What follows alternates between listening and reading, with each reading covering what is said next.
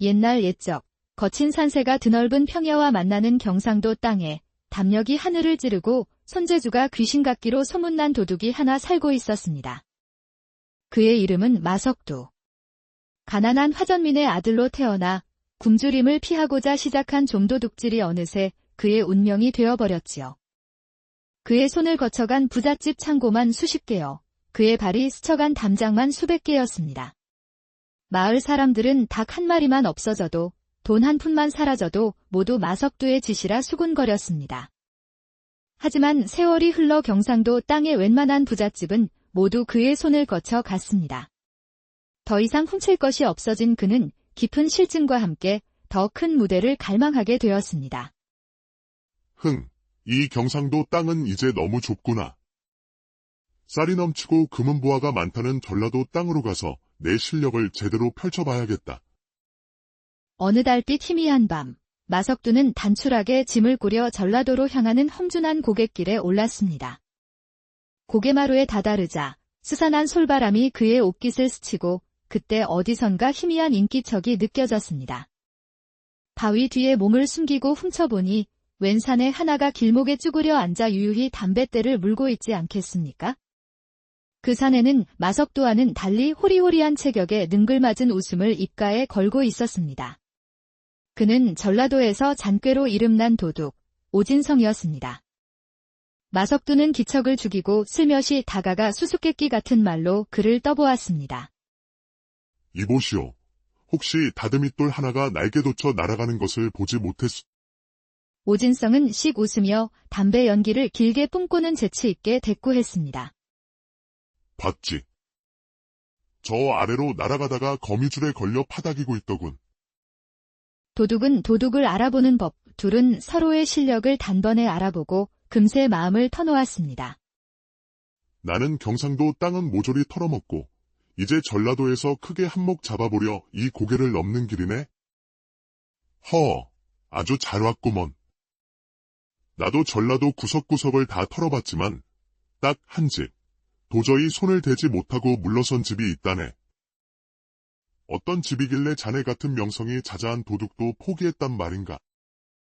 구례 영동에 사는 박연아라는 젊은 과부의 집일세. 삼천 석직이 부자에 창고에는 금은보화가 산더미처럼 쌓여 있다지. 그런데 그 집에서 키우는 개가 어찌나 사나운지 그림자만 비춰도 온 동네가 떠나가라 지저대니 얼씬도 할 수가 없다네. 그 말에 마석두의 눈이 탐욕으로 번쩍였습니다. 평생 놀고 먹을 재물이 있다는 말에 그의 심장이 거세게 뛰기 시작했습니다. 삼천석이라고. 그 집만 털면 평생을 발뻗고 살 수 있겠구만. 허나 그 집은 절대 혼자서는 못 터네. 나 혼자 시도하다가 된통 당했지. 우리 둘이 힘을 합치면 가능할지도 모르지. 어찌 같이 손잡아 보겠나? 그리하여 두 도둑은 달빛이 비치는 고개마루 위에서 서로의 손을 굳게 잡았습니다. 각자 다른 속셈을 품은 채 말이지요. 두 사람은 곧장 구례 영동으로 향했습니다. 멀리서 본 과부의 집, 연화당은 담장만 해도 성벽 같았고 겹겹이 이어진 기와지붕은 위압감을 풍겼습니다. 담장 곁에는 장작더미가 산처럼 쌓여 있었습니다. 두 도둑은 낮에는 그 장작더미 틈에 숨어 잠을 자고 밤이 되면 위로 올라가 집안의 동태를 살폈습니다. 아니나 다를까 그들이 장작더미 위로 올라서기만 하면 집안의 개가 미친 듯이 짖어대기 시작했습니다. 쯧쯧, 저 놈의 개 때문에 되는 일이 없구먼. 저 녀석, 보통이 아니야. 걱정 마시게. 짖는 개도 목이 쉬면 짖지 못하는 법. 며칠만 참으면 제풀에 지쳐 나가 떨어질 걸세. 그날부터 두 도둑은 밤마다 일부러 장작더미 위에서 바스락거리며 소리를 냈습니다. 개는 밤새도록 기진맥진할 때까지 짖어댔고 마침내 사흘째 되던 날 밤부터는 목이 쉬어 더 이상 소리를 내지 못하게 되었습니다. 자, 이제 때가 됐다. 마석두가 담장을 훌쩍 넘어 안으로 들어갔습니다. 하지만 안채로 통하는 문은 모두 굳게 잠겨 들어갈 틈이 보이지 않았습니다. 그때 부엌 쪽에서 사람이 겨우 비집고 들어갈 만한 작은 수채 구멍을 발견했습니다. 마석두의 눈이 번뜩였습니다. 내가 저 구멍으로 들어가겠네? 안에서 물건을 꺼내주면 자네는 밖에서 받아 챙기게. 좋지. 나는 밖에서 차곡차곡 쌓아 놓을 테니 자네는 안에서 단단히 한몫 챙기시게나. 마석두는 악취가 나는 수채 구멍으로 몸을 비틀어 들어갔습니다. 차가운 오물이 몸에 닿았지만 눈앞의 재물에 대한 욕심이 모든 불쾌감을 잊게 했습니다. 기어 들어가 보니 그 끝은 곡식과 재물을 보관하는 고방과 연결되어 있었습니다. 안에는 엽전 꾸러미가 산처럼 쌓여 있었고 은수저와 유기 그릇들이 달빛을 받아 희미하게 빛나고 있었습니다. 이거야말로 평생을 벌어도 못 만져볼 돈이로구나. 마석두는 속으로 쾌재를 부르며 엽전 꾸러미를 밖으로 내밀기 시작했습니다. 오진성은 밖에서 그것을 받아 쌓아 올렸습니다. 둘은 새벽이 다가오는 줄도 모르고 죽어라 재물을 옮겼습니다. 이보게, 이 정도면 평생 놀고 먹어도 남겠네? 날이 밝기 전에 어서 챙겨서 떠나야지. 하지만 마석두는 여전히 욕심에 눈이 멀어 있었습니다. 재물뿐만 아니라 소문으로만 듣던 과부의 얼굴이 보고 싶어진 것입니다. 아직 밤은 길지 않은가? 이왕 들어온 김에 저 부잣집 과부 얼굴이라도 한번 보고 가야지 않겠나? 이보게, 우린 돈만 훔치기로 약조하지 않았나? 괜한 짓 말게. 마석두는 오진성의 만류를 무시하고 고방문을 조심스럽게 열고 밖으로 나섰습니다.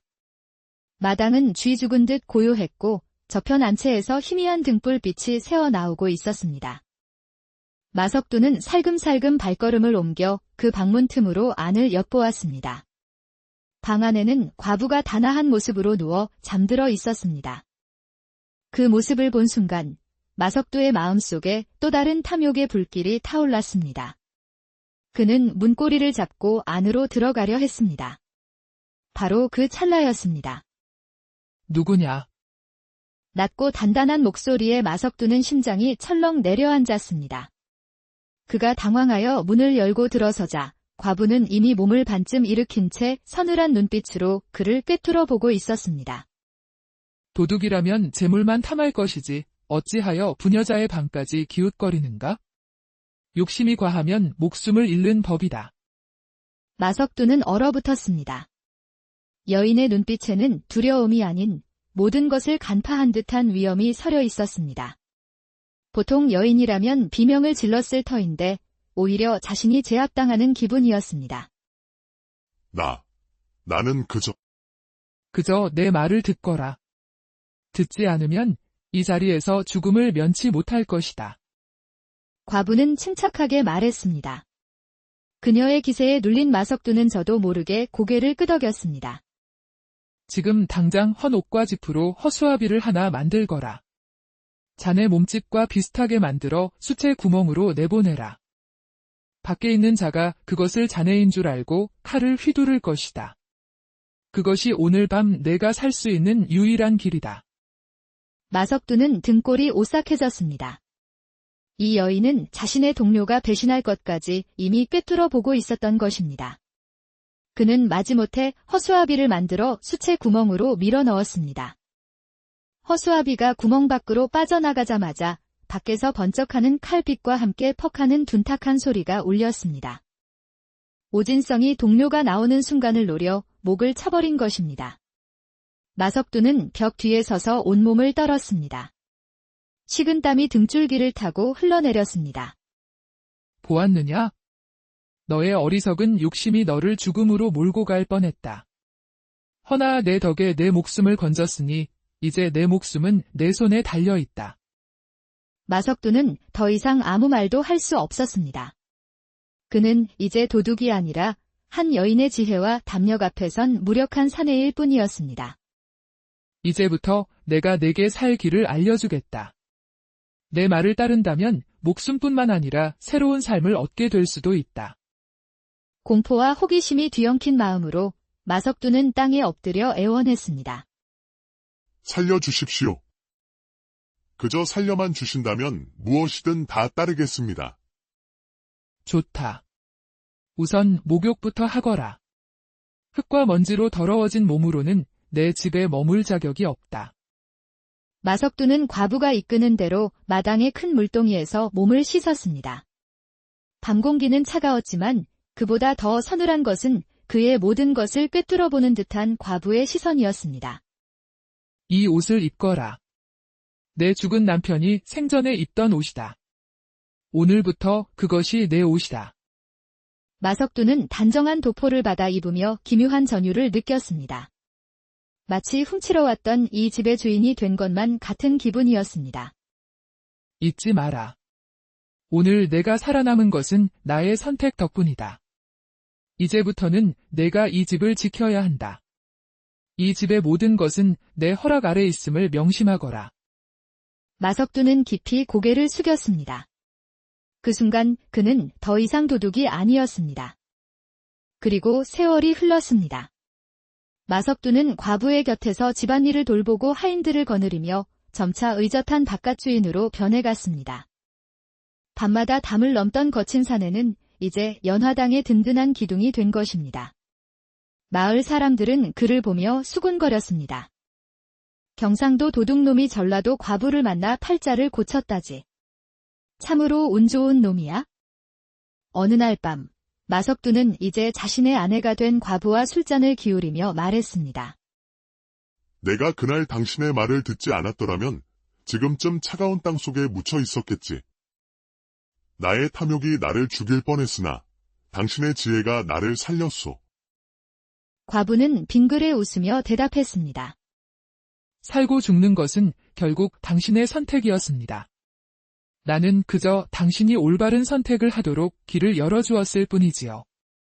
그리하여 경상도 도둑과 전라도 과부는 한 지붕 아래에서 부부의 연을 맺고 재산을 더욱 불리며 행복하게 살았다고 합니다. 한순간의 탐욕을 버리고 지혜를 선택하여 새로운 삶을 얻게 된 한 남자의 이야기였습니다.